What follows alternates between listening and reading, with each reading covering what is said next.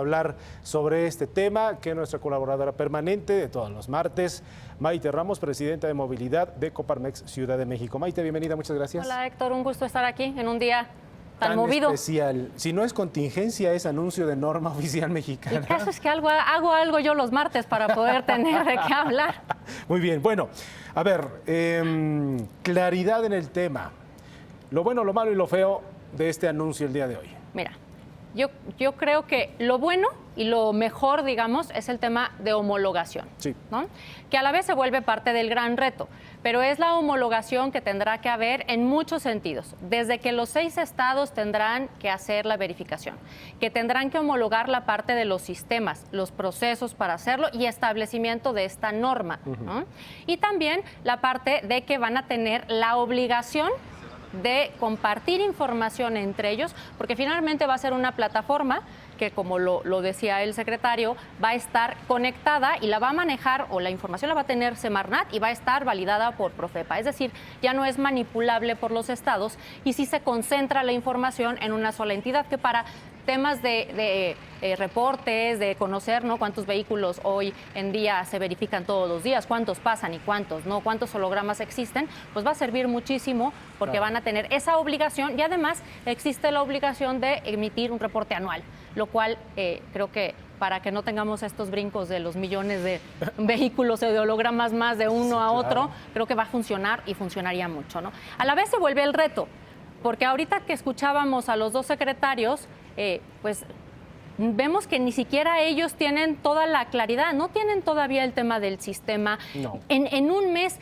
va a ser difícil, si quieren, por ejemplo, en el caso de Morelos, volver a licitar y volver a otorgar las concesiones de los verificentros. Yo no sé, no creo que les vaya a dar un mes para revocar 42 y luego volverlos a dar. ¿Quién? Y además que tengan el tiempo para poder equiparse, tener la tecnología.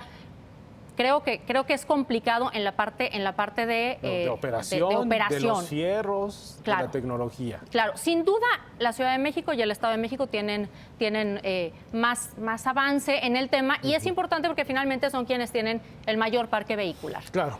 El reto estará en los otros. Me encanta también, y creo que es algo bueno, la parte de la obligación de que hoy todos los vehículos de placas federales, llámese transporte de carga, de pasajeros, los vehículos privados también, en este caso, pues aunque tengan placa de Guerrero, tendrán que empadronar, como si viene alguien aquí con placa o está alguien aquí con placa de Chihuahua y quiere circular en la zona metropolitana, pues tendrá también que hacer la verificación, ¿no? También el transporte público, ¿no? Entonces, existe hoy ya esa obligación de también homologar la verificación para todo este tipo de vehículos. Lo malo en este punto es quedan exentas las motocicletas. ¿Por qué? Porque la verificación aplica a vehículos de más de 400 kilos y una moto en promedio pesa 200. Entonces, el que la moto sea más pequeña no quiere decir que no emita contaminantes. Claro, por supuesto, ¿no? Entonces, creo que ahí sí diría yo en tema puntual, es de la parte criticable, ¿no? Ahora, de lo malo. Déjame hacerte varias preguntas que en este momento tiene mucha gente que no le ha quedado claro porque fue mucha información la que se difundió, independientemente de algunas filtraciones que hoy se publicaron sobre esta misma norma. A ver, quienes tengan que verificar para junio o julio ya estarán o tendrán que hacerlo con estas nuevas disposiciones. En estricto sentido sí, porque el 1 de julio entra en vigor esta nueva norma, ¿no? Sí. Entonces, quien vaya a verificar el 1 de julio deberán de hacerlo en el caso de si su vehículo es más del 2006 con el OBD, ¿no? Pero dejan un espacio de un tiempo de los 6 meses al 31 de diciembre, donde podrá hacer también con la verificación dinámica. Esto creo que va a ser complicado, Héctor, y va a generar muchas dudas en las personas, porque según lo que hoy decía el secretario Paquiano, la parte de las pruebas dinámicas será más un tema de si no tiene el equipamiento o la computadora para hacer el tipo de pruebas OBD, y más por un tema estadístico. Pero Si vemos lo que ellos establecen o lo que hoy decía el coordinador de la CAME del reto de la reducción de emisión contaminantes, cuando en los vehículos posteriores a 2006 se espera reducir un 83%, es decir, los vehículos básicamente con el holograma cero, se espera reducir en un 83% la emisión de contaminantes, también la probabilidad de que el vehículo tenga el holograma cero es mucho menor. ¿Por qué? Porque va a tener que emitir mucho menos contaminantes para que tú puedas obtener ese holograma. La diferencia de emisión de contaminantes entre el holograma 0 y el 1 es muchísima.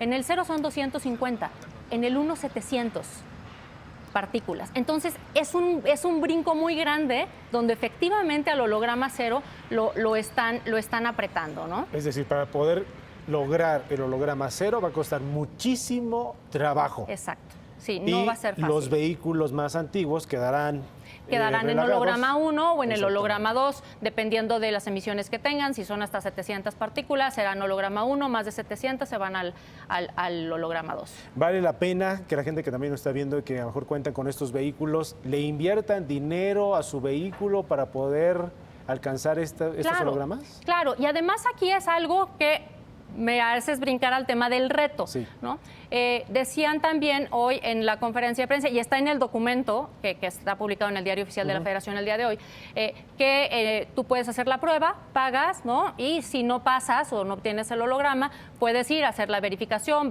generalmente es tema del catalizador, y luego regresar, ¿no? Esto a mí me preocupa porque abres una ventana a la corrupción. Hoy, donde se da la corrupción en los verificentros, es precisamente en este punto, ¿no? Cuando la gente quiere obtener un holograma distinto al que está sacando. Y si tú le das ese espacio donde tú, bueno, puedes ir a hacer la verificación, puedes ir a afinar el auto, puedes ir a revisar el catalizador y regresar, abres nuevamente esa ventana de corrupción.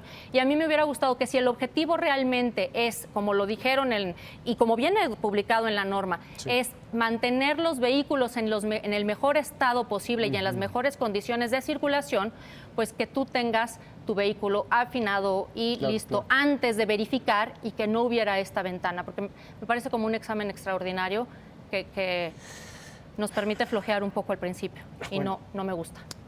La información que hoy se dio, que es una norma extensa, a pesar de que es una norma emergente, pues es una norma contiene muchos elementos con muchos detalles, ¿no? Y seguramente hay todavía muchas dudas en relación a esto. Seguiremos platicando contigo, Maite. Sí.